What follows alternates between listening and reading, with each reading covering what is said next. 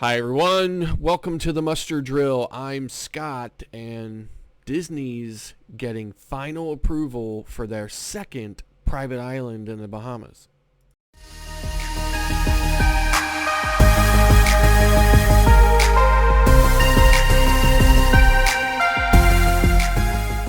Hi everyone, welcome back. So Disney is set to receive final approval for their second private island, Lighthouse Point.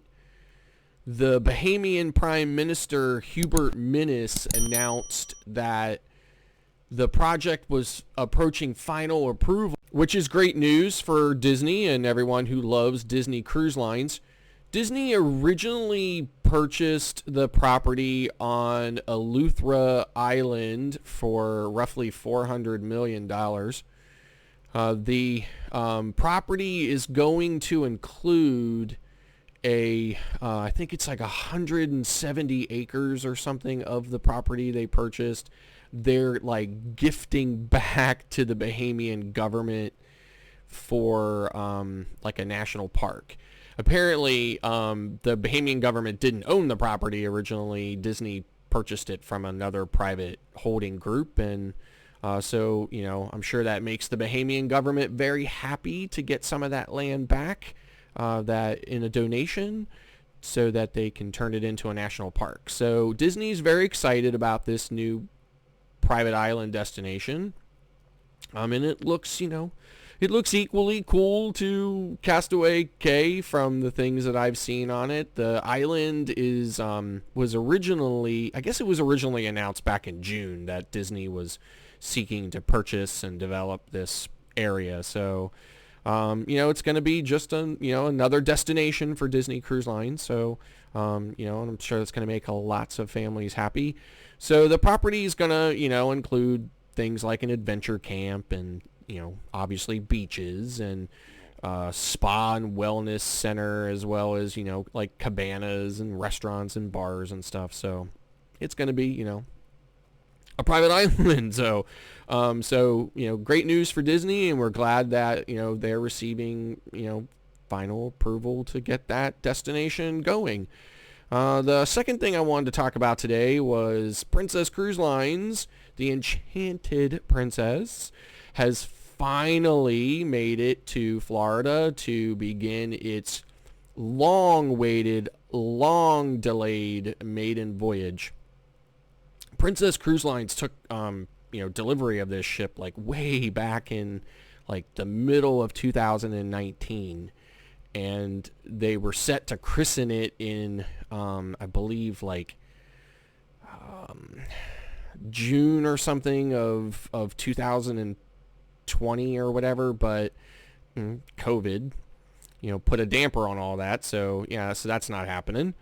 So it's awesome that, Princess is finally able to bring the newest Medallion class ship to Florida to begin, its sailing this fall. I believe Princess is going to be sailing 8 Medallion class ships, this fall, starting this fall. So, that's big news for people who love Princess. I have actually never been on a Princess cruise, so I'm looking forward to, getting on Princess at some point. But in any event, so Medallion class, it's their biggest, baddest, best ships. They have all the latest technology. Now they claim to have super fast internet, and I really am like curious to see if it's, obviously the internet has gotten way better on cruise ships in the last couple of years, but when they actually make the distinction that it's like super fast, what's Royal Caribbean called theirs? Voom or something like that. And to be honest with you, I mean, again, I'm not complaining because it's way better than it used to be, but it's for me, it hardly meets the definition of Voom. So, okay, anyway, but the Medallion class has all the latest technology and stuff, it's a lot of like touchless, it's basically just got all the latest technology. It's got NFC stuff all the way around. They have these bracelets that you wear, and you can like pay for things and order things rather than carrying your sail and sign card. But anyway, so we're glad that, the Enchanted Princess finally gets to, do her maiden voyage. So hooray for that. And then finally today, I wanted to mention that Mexico is finally announced that they are going to adopt some COVID-related travel protocols. So way back, from the beginning of the, basically the shutdown of travel from, early to mid 2020 due to COVID, Mexico stayed open. Mexico didn't, shut down. They didn't institute any kind of, mask mandates or testing or anything else. I mean, they kept all their destinations open, kept all their airspace open, let all the, airplanes come in and stuff. And it was a popular destination. I mean, it was basically the only place that you could go during the pandemic that, cruising obviously wasn't going, and a lot of other places were shut down or weren't accepting, U.S. citizens and stuff, but not Mexico. So Mexico just, continued to chug on, and again, it was a, big destination for everyone because it was the only place to go. So, I guess, they announced that they're doing this because of, Delta. So, I guess cases there are, like everywhere else, they've exploded. And so now the Mexican, government has decided that they're going to institute some of these, protocols. So they're going to, require vaccination, and they're going to require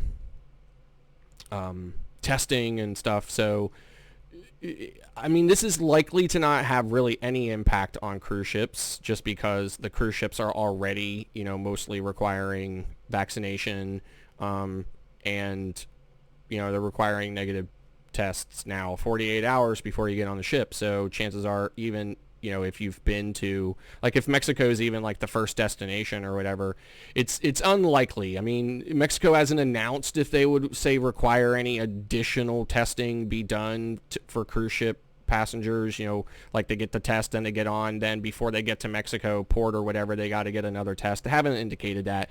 My guess is they're not going to. I think this is just for people who are now, who are flying in and staying at a resort or something. So that's going to do it for today's video. Thank you very much for tuning in. And if you liked this video, please click that like button. And don't forget to click the subscribe button. It'll really help us out a lot. It won't cost you anything. You click it once and it's done. And don't forget to click the notification bell so that you know every time we upload a new video. Thanks again for watching, and we'll see you next time.